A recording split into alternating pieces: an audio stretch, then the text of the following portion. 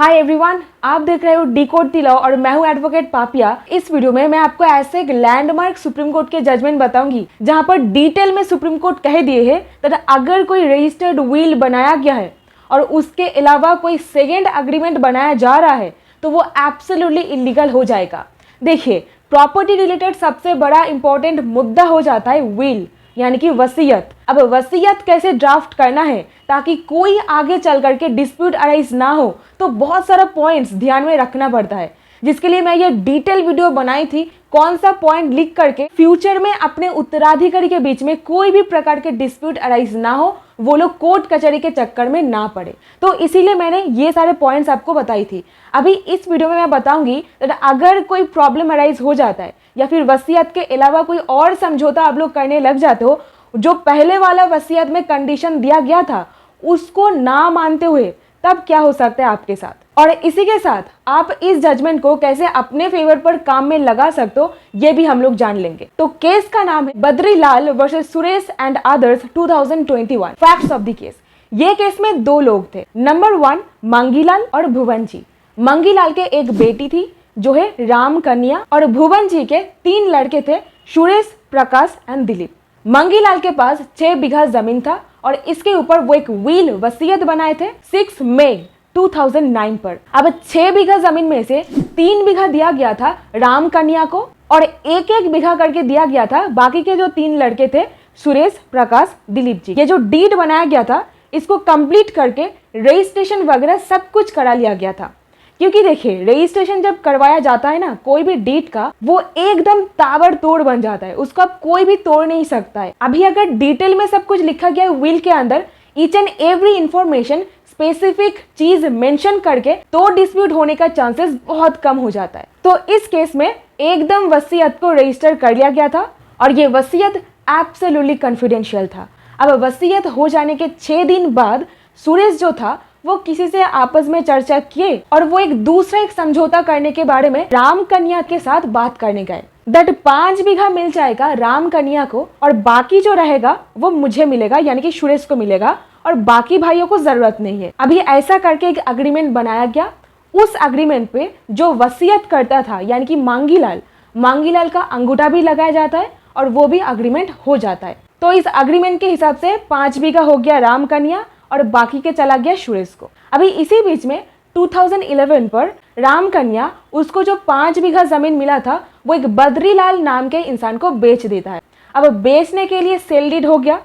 Sale deed हो जाने के बाद 5 बीघा जमीन के ऊपर जब बद्रीलाल कब्जा लेने के लिए गए तो सुरेश बोले तो हम तो कब्जा नहीं देंगे क्योंकि हम लोगों को तो इतना % मिला है ना। तो वहां पर उनको दिक्कतों का सामना करना पड़ा और मांगीलाल जो विल बना करके गए थे उसको निकाला गया और वहां पर देखा गया दैट राम कन्या को तो 3 बीघा मिला है और 5 बीघा कैसे पॉसिबल हो सकता है बेच देना किसी को। और ऐसे में क्या होता है, मांगीलाल जो थे ओरिजिनल वसीयत करता, उनका डेथ हो गया होता है 26 जून 2009 पर। अब बद्रीलाल करे तो क्या करे, तो वो सीधे चले गए ट्रायल कोर्ट के पास अपना इशू ले करके। ट्रायल कोर्ट में जब केस पहुंचा तो वो लोग देखे दैट वसीयत जो था, जो कि एब्सोल्युटली कॉन्फिडेंशियल था, उसके हिसाब से राम कन्या को मिला था 3 बीघा और बाकी सब भाई लोगों को एक बीघा करके मिला था। अब ट्रायल कोर्ट के सामने सबसे इंपॉर्टेंट क्वेश्चन ये था दैट जो कंडीशंस विल में लगाया गया है क्या उसको कोई और समझौता करके चेंज किया जा सकता है। तो इसका आंसर हुआ नहीं। तो नहीं बोल करके ट्रायल कोर्ट ये जजमेंट पास किए दैट ऐसा तो समझौता पॉसिबल नहीं है, दैट वसीयत में जो लिखा गया है उसके हिसाब से ही सबको मिलना चाहिए। वसीयत में कोई भी प्रकार का डिस्प्यूट नहीं है, तो आपस में जो समझौता किया गया है 5 बीघा मिलेगा राम कन्या और बाकी का मिल जाएगा सुरेश को, ऐसा तो पॉसिबल नहीं है। तो समझौता को रद्द कर दिया जाता है और जो सेल डीड बनाया गया था बद्रीलाल और राम कन्या के बीच में जमीन जो बेचा गया था उसके ऊपर, उसको भी रद्द कर दिया जाता है। अब केस सीधा पहुंच जाता है डिस्ट्रिक्ट कोर्ट में फर्स्ट अपील के नाते। फर्स्ट अपील में भी ट्रायल कोर्ट जो जजमेंट पास किए दैट सेल डीड को रद्द किया गया और जो अग्रीमेंट किया गया था उसको भी रद्द किया गया, इसको ही समर्थन किए। अब केस सेकेंड अपील के नाते सीधा पहुंच गया हाई कोर्ट के पास। हाई कोर्ट भी ट्रायल कोर्ट के द्वारा जो जजमेंट पास किया गया उसको ही समर्थन किए और बद्रीलाल एग्रीड होकर के सीधे पहुंच गए सुप्रीम कोर्ट में। अब सुप्रीम कोर्ट में जब केस पहुंचा मेनली 3 क्वेश्चंस अराइज हुआ था।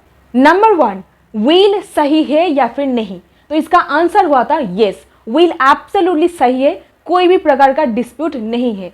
दूसरा क्वेश्चन, जब यहाँ पर कोई विल बनाया गया है और सब्सिक्वेंट कोई अग्रीमेंट भी बना करके विल का कंडीशंस चेंज करने की कोशिश किया जा रहा है, क्या ये सही होगा?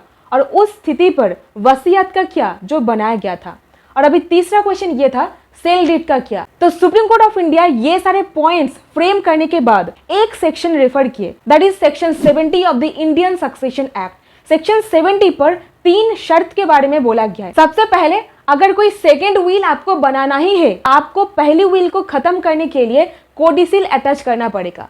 तो कोडिसिल लगा करके अब फर्स्ट व्हील को डिस्ट्रॉय कर सकते हो। तो जो डॉक्यूमेंट आपको लगाना पड़ेगा इस चीज के लिए, उसको कहा जाता है कोडिसिल। दूसरा कंडीशन, वसीयतकर्ता जो वसीयत बना रहे हैं वो लिखित रूप में एकदम रिटन में दे करके पहली व्हील को खत्म कर सकते हैं, यानी कि रद्द कर सकते हैं। और लास्ट कंडीशन, थर्ड, जलाकर, फाड़कर, डिस्ट्रॉय करके आप व्हील को बिल्कुल नष्ट कर सकते हो। और ये करने के लिए आपका उद्देश्य होना पड़ेगा कि मैं पहली व्हील को नष्ट करना चाहती हूँ और सेकेंड व्हील बनाना चाहती हूँ।